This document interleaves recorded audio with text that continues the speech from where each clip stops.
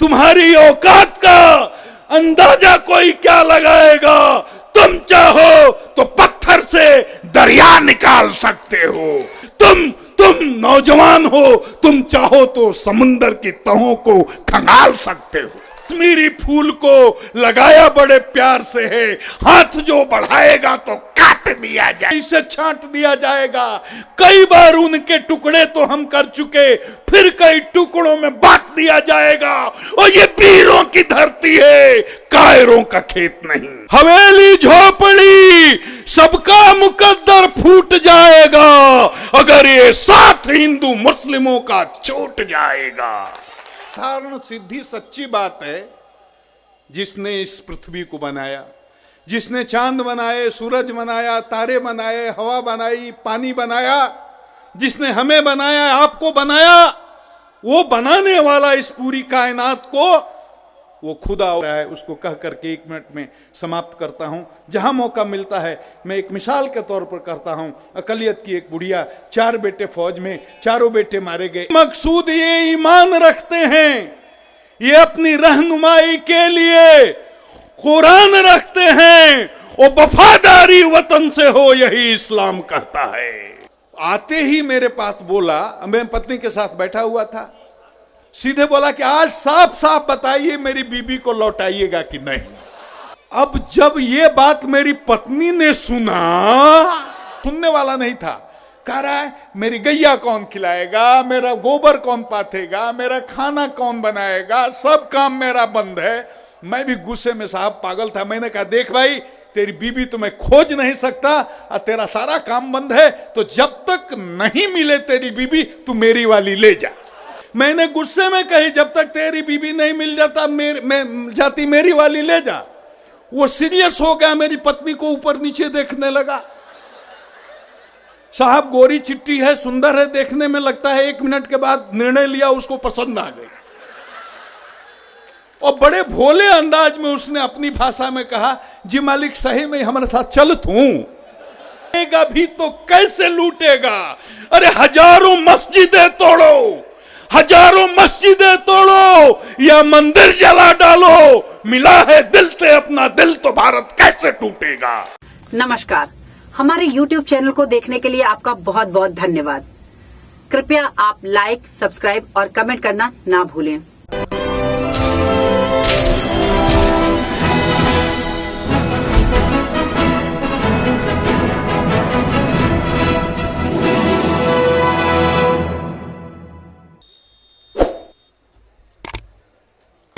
यहाँ आकर बहुत अच्छा लगा, आप लोगों का इतना प्यार मिला, आपका आशीर्वाद रहा।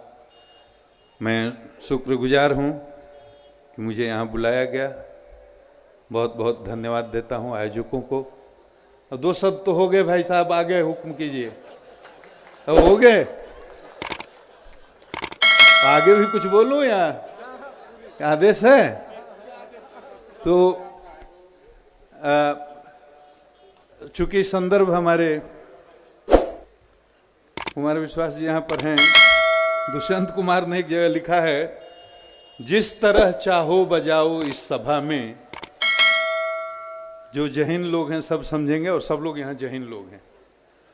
जिस तरह चाहो बजाओ इस सभा में, हम नहीं हैं आदमी हम झुनझुने हैं। इतने होशियार लोग हैं बेतिया में, हमको पता ही नहीं था। ये वीरों की धरती है, बलिदानियों की धरती है, त्यागियों की धरती है, तपस्वियों की धरती है, मनुष्यों की धरती है। चंपारण की इस धरती को मेरा कोटिशः नमन प्रणाम। मंच पर हमारे जितने भी माननीय आदरणीय लोग बैठे हैं, मैंने कहा मुझे एक सूची दे दीजिए। सूची देने वाले भाई ने कंजूसी की है। जितने लोगों का नाम लिखा है उतने लोगों को मैं नाम से संबोधित करूंगा, बाकी सम्मान सबके लिए बराबर है। आदरणीय श्री प्रदीप सिंह जी पूर्व विधायक, आदरणीय श्री डॉक्टर NN शाही जी, श्री शंभू तिवारी जी, श्री परमानंद ठाकुर जी, आदरणीय श्री भीष्म सहनी जी, श्री राजन मिश्रा जी, श्री शत्रुघ्न कुशवाहा जी, श्री अनिल झा जी, और हम लोगों के बीच उपस्थित आदरणीय श्री वसीम बरेलवी जी, इनकी शान में मैं जितना कहूंगा वो कम होगा। इतनी बड़ी शख्सियत हैं कि इनके बारे में कुछ भी बोलना सूरज को दीपक दिखाने के समान है। वो हम लोगों के बीच में उपस्थित हैं। कुमार विश्वास, डॉक्टर कुमार विश्वास हमसे उम्र में छोटे हैं, मेरे छोटे भाई की तरह हैं, लेकिन कद इतना बड़ा है कि इनको भाई कह करके हम लोग अपना कद बढ़ा लेते हैं। तो ऐसी बड़ी हस्ती, ऐसी शख्सियत, हिंदी का इतना सशक्त हस्ताक्षर, इसको देश के कोने कोने में, नौजवान हो बूढ़ा हो, किसी को बताने की जरूरत नहीं है। आज मैं सर्किट हाउस में आया था, कुछ लोग मिलने आए थे, तो मैंने लोगों से पूछा कि इनका परिचय कराऊं। कहा नहीं नहीं, हमको पता है ये डॉक्टर कुमार विश्वास हैं। तो ये हमारे कुमार विश्वास साहब भी हम लोगों के यहाँ उपस्थित हैं। मुझे जब यहाँ आने के लिए कहा गया, मेरी तबीयत बहुत ठीक नहीं थी और मैं आने की हालत में नहीं था, फिर भी आग्रह हुआ तो मैं यहाँ आ गया। उसके पीछे एक मकसद है। मैं थोड़ा एक माहौल बनाता हूँ, क्योंकि इसके बाद अब शेर व शायरी का दौर शुरू होने वाला है। दरअसल हम लोग पुलिस वाले हैं, हम लोगों को ट्रेनिंग दी गई है लाठी चलाने की, गोली चलाने की। और अब हमारी हालत यहाँ वैसे ही हो रही है।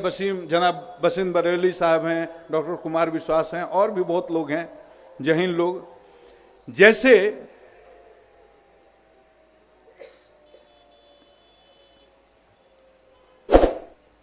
किसी दुबले पतले कमजोर मरीज आदमी को पहलवान, किसी भारी पहलवान से लड़ने के लिए अखाड़ा में उतार दिया गया।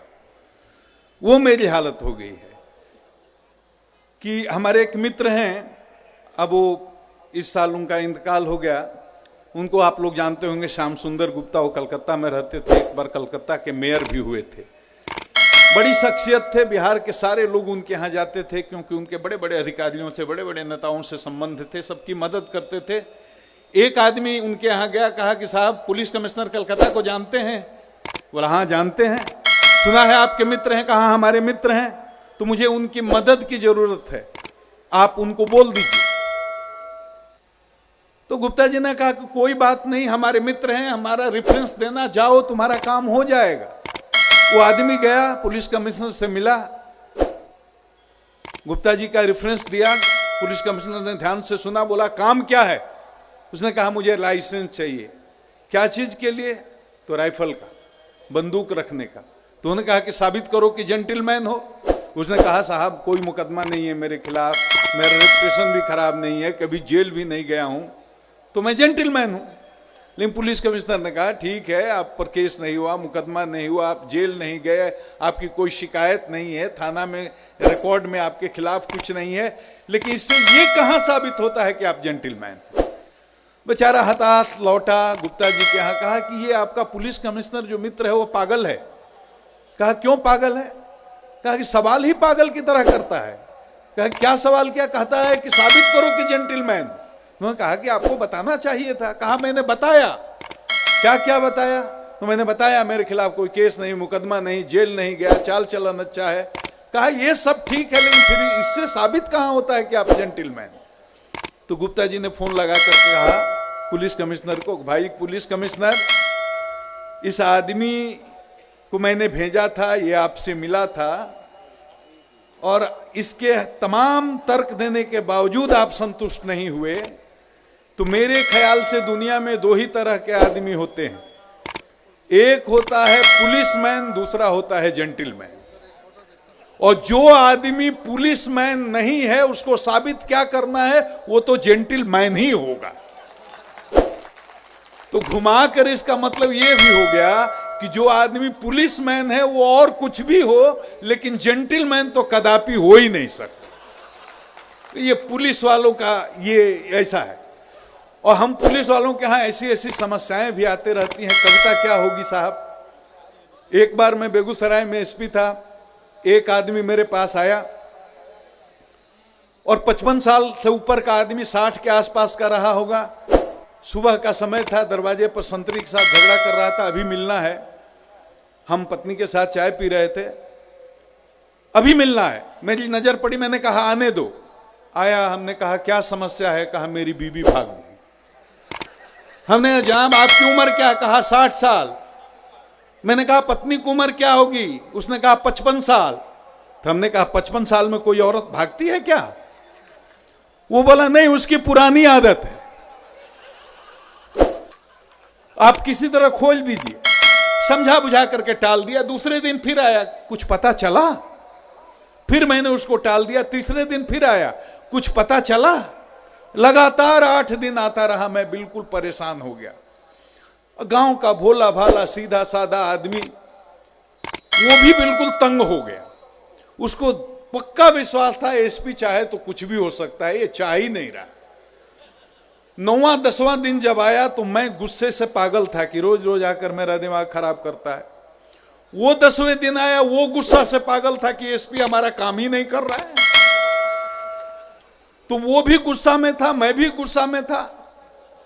आते ही मेरे पास बोला, मैं पत्नी के साथ बैठा हुआ था, सीधे बोला कि आज साफ साफ बताइए मेरी बीबी को लौटाइएगा कि नहीं।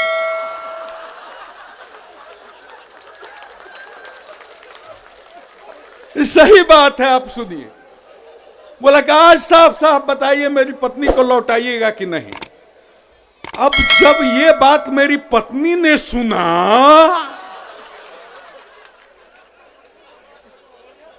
अब वो पहले से टेंशन में था कि 10 दिन हो गया है, रोज जा रहा हूं, ये कुछ नहीं कर रहे हैं।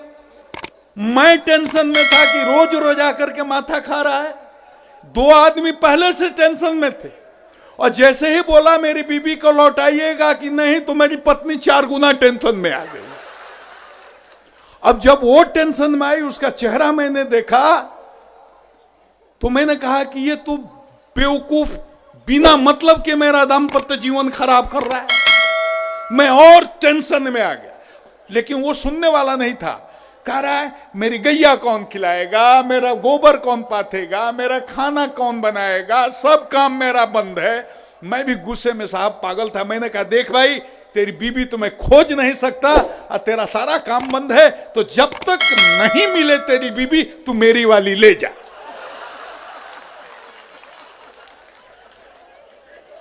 और सही बात है साहब, ये हंसने की बात नहीं है। मजेदार बात यह है कि मैंने गुस्सा में कहा, वो अभागा सीरियस हो गया। मैंने ये बात गुस्से में कही। वो गांव का भोला भाला आदमी, अभी मैं कह रहा हूं कितने भोले होते हैं लोग गांव में। मैंने गुस्से में कही, जब तक तेरी बीबी नहीं मिल जाता जाती मेरी वाली ले जा। वो सीरियस हो गया, मेरी पत्नी को ऊपर नीचे देखने लगा। साहब गोरी चिट्टी है, सुंदर है देखने में, लगता है 1 मिनट के बाद निर्णय लिया, उसको पसंद आ गई। और बड़े भोले अंदाज में उसने अपनी भाषा में कहा, जी मालिक सही में हमारे साथ चल तू। अब जो बोले मेरे पत्नी घर में दौड़ी की बंदूक लाओ, इसको भी मारेंगे तुमको भी मारेंगे। तो ये पुलिस वालों के साथ ये हादसे होते रहते हैं साहब। मेरी तबीयत खराब थी, आंख में इंफेक्शन है, दाढ़ी नहीं बनाया, घर में सूतक हो गया है, आना नहीं चाहता था।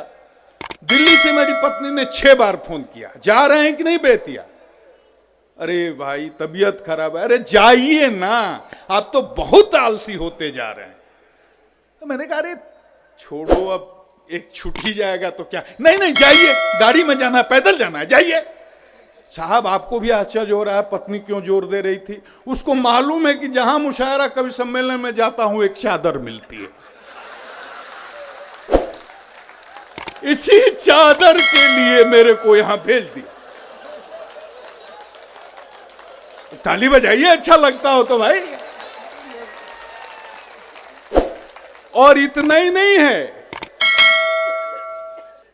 चादर मिलने के बाद जैसे यहां ये सम्मेलन खत्म होगा, वो जगी होगी। जैसे मैं उतरूंगा उसका फोन आएगा, पूछेगी चादर का क्वालिटी कैसा है। अगर मैंने कह दिया 200 रुपए वाली की है, 200 रुपए वाली चादर है, 250 रुपए वाली है, तो आयोजक की तो मां बहन इतनी गालियां देगी, बेकार आपको भेजा। ऐसे लोग हैं आजकल, लोग नालायक हो ही गए हैं, कुछ नहीं सोचते। इतना दूर से गए, फेंक दीजिए। तो मैं ये इसलिए सुना रहा हूं कि हमको चादर की क्वालिटी पर बहुत शक है। अगर मेरा दाम्पत्य जीवन सुखी देखना चाहते हैं तो अगली बार से जब कभी आऊं तो थोड़ी महंगी चादर हमको दे। वैसे भी मैं बताने नहीं जा रहा हूं कि 200 वाली मिली है, मैं उसको बोलूंगा कि 2000 की मिली है, तब आपका बहुत जिंदाबाद करेंगे। सज्जनों, मैं क्यों आता हूं मैं आपको बता रहा हूं। ऐसे मौके पर जब कभी मुझे बुलाया जाता है, मेरा सिर्फ एक मकसद होता है। मैं ये नहीं सोचता किसने बुलाया और क्यों बुलाया।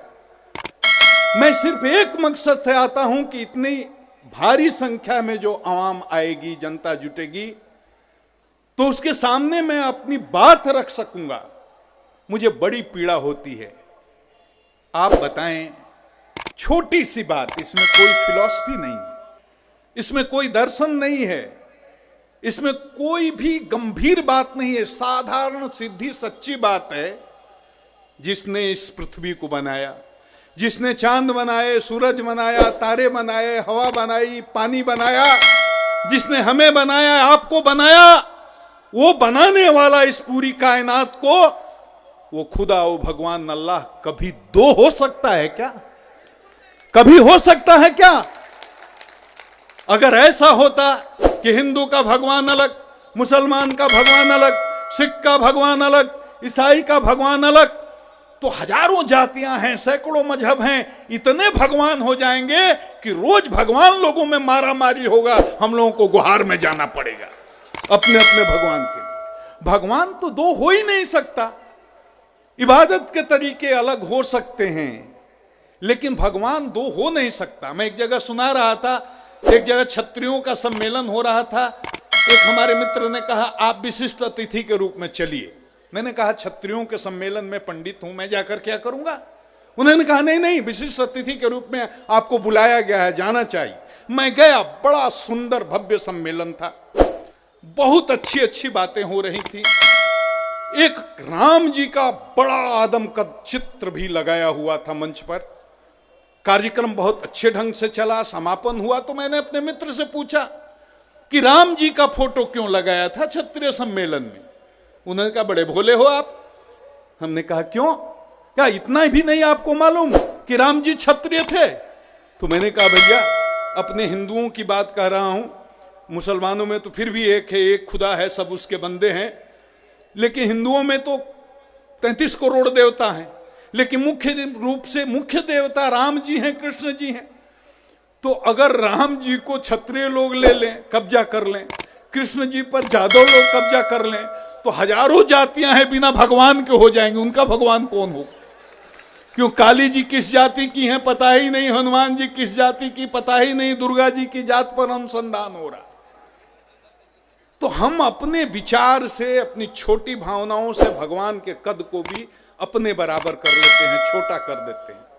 सबसे दुनिया का सच्चा रिश्ता यह है कि हम एक जगह से आए हैं, एक ने हमें बनाया है और एक ही जगह जाना है, और इसलिए हम आपस में भाई भाई हैं, हिंदू हो मुसलमान हो। इसलिए मैं कभी नहीं हूं, कुछ लिखता नहीं हूं, कुछ इधर से चुराता हूं, कुछ उधर से उठाता हूं, और आप ही की बात, आप कवियों की बात मैं आप तक पहुंचाता हूं कि हवेली झोपड़ी सबका मुकद्दर फूट जाएगा। हवेली झोपड़ी सबका मुकद्दर फूट जाएगा अगर ये साथ हिंदू मुस्लिमों का छूट जाएगा। हवेली झोपड़ी सबका मुकद्दर फूट जाएगा अगर ये साथ हिंदू मुस्लिमों का छूट जाएगा। और दुआ कीजिए कि हम में प्यार के रिश्ते रहें कायम। दुआ कीजिए कि हम में प्यार के रिश्ते रहें कायम। ये रिश्ते टूट जाएंगे तो भारत टूट जाएगा। जौहर भाई ने कहा है, मैं कभी कभी जवाब के अंदाज में कहता हूं, पानी दे देना, कि हवेली झोपड़ी सबका मुकद्दर कैसे फूटेगा। हवेली झोपड़ी सबका मुकद्दर कैसे फूटेगा। लुटेरा लूटने आएगा भी तो कैसे लूटेगा। अरे हजारों मस्जिदें तोड़ो, हजारों मस्जिदें तोड़ो या मंदिर जला डालो, मिला है दिल से अपना दिल तो भारत कैसे टूटेगा। मिला है दिल से अपना दिल तो भारत कैसे टूटेगा। और जौहर भाई की वसीम बरेली जनाब बैठे हुए हैं, वसीम बरेली साहब भी, कुमार विश्वास साहब भी ये सुनते रहते होंगे। मैं भी कहीं कहीं जाता हूं, इनकी सोबत में सुन लेता हूं। मैं अपने ढंग से थोड़ा तब्दीली करके उस बात को कहता हूं। जौहर भाई की ये शेर है कि कलश है पहचान ओ मीनार इसकी शान है। कलश है पहचान ओ मीनार इसकी शान है। नाज है हमको कि अपना मुल्क हिंदुस्तान है। कलश है मीनार है, कलश पहचान ओ मीनार इसकी शान है। नाज है हमको कि अपना मुल्क हिंदुस्तान है। मर के भी इससे हमारा रिश्ता टूटेगा नहीं। मर के भी इससे हमारा रिश्ता टूटेगा नहीं। हम है इस मिट्टी की धड़कन, ये हमारी जान है। और जो अकलियत के भाई हैं उनके लिए मैं कहता हूं, जो हिंदू भाई यहां हैं, जौहर भाई की ये शेर है बहुत खूबसूरत। मैं उसको उलट करके अपने काम लायक बना करके इसको बोलता हूं कि मिलेगी मंजिले मकसूद ये ईमान रखते हैं। जनाब वसीम बरेली साहब के लिए कह रहा हूं और तमाम अकलियत के लोग जो हैं उनके लिए कह रहा हूं कि मिलेगी मंजिले मकसूद ये ईमान रखते हैं। ये अपनी रहनुमाई के लिए कुरान रखते हैं। मिलेगी मंजिले मकसूद ये ईमान रखते हैं।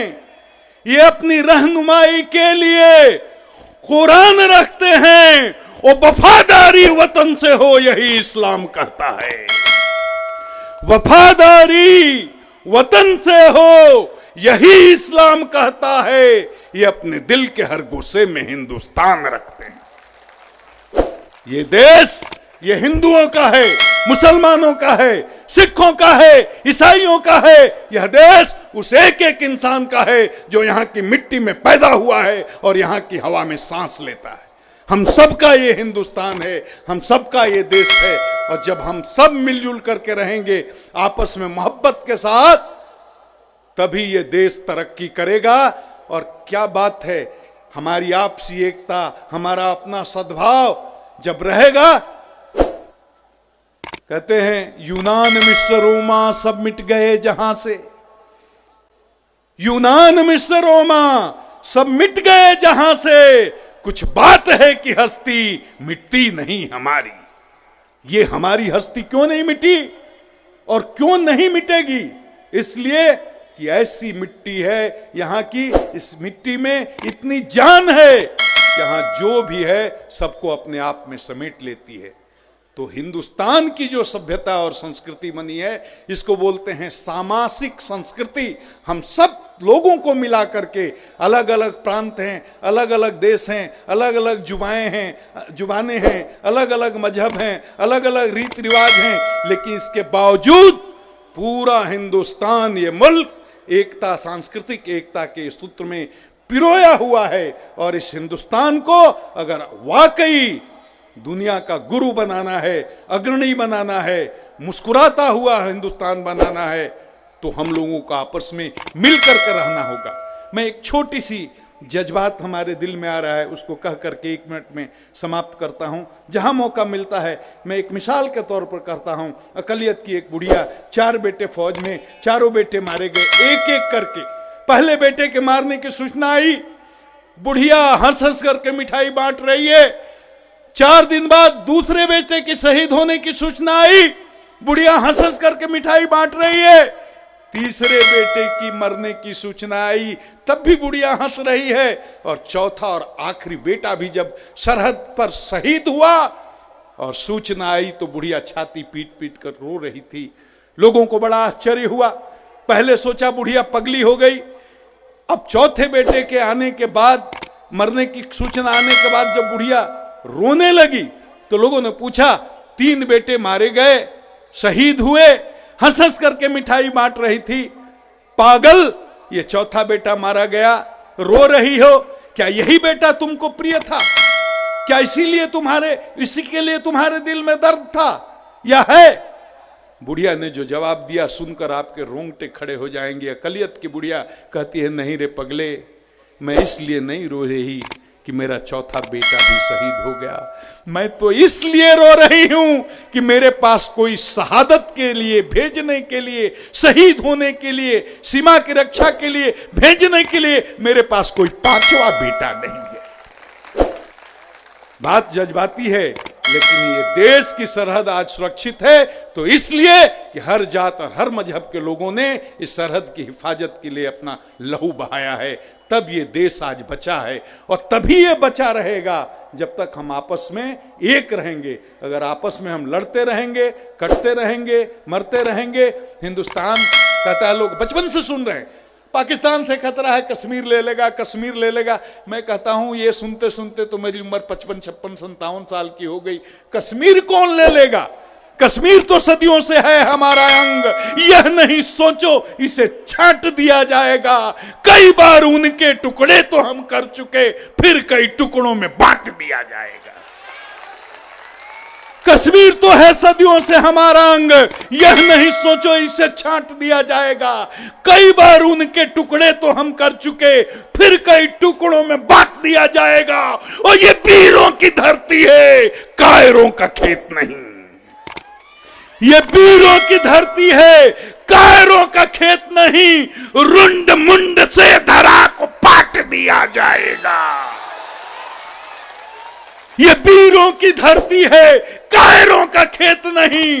रुंड मुंड से धरा को पाट दिया जाएगा। और कश्मीरी फूल को लगाया बड़े प्यार से है, हाथ जो बढ़ाएगा तो काट दिया जाएगा। वतन परस्ती इसी को कहते हैं। जब सरहद पर जंग छिड़ती है तो केवल हिंदू नहीं लड़ते, हिंदू लड़ते हैं, मुसलमान लड़ते हैं, सिख लड़ते हैं, ईसाई लड़ते हैं, हर जात और कौम के लोग लड़ते हैं। हम सबका ये हिंदुस्तान है और जब तक हम आपस में मिलकर रहेंगे, कोई माई का लाल और किसी की मां ने दूध नहीं पिलाया कि हिंदुस्तान की सरहद पर अपना पैर रख दे। इसलिए आपसी एकता जरूरी है और इस आपसी कौमी एकजुटता के लिए जो आप लोग ऐसा कार्यक्रम कर रहे हैं, ये बहुत ही कामयाब हो और ये रंग लाए, आपस में प्रेम बढ़े, सद्भाव बढ़े, भाईचारा बढ़े, हम एक हों, सांप्रदायिक सद्भाव बढ़े और मिलजुल करके हम देश को मजबूत बनाएं। इन्हीं शुभकामनाओं के साथ मुझे बुलाने के लिए आयोजकों को बहुत बहुत धन्यवाद।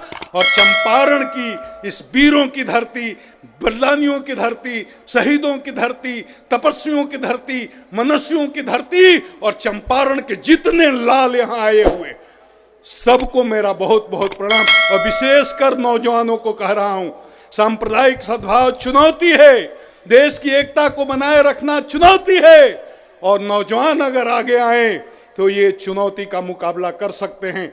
तो मैं आपका आह्वान करता हूं, आपको ललकारता हूं, क्योंकि आप ये काम कर सकते हो। कमंद चांद सितारों पे डाल सकते हो, कमंद चांद सितारों पे डाल सकते हो।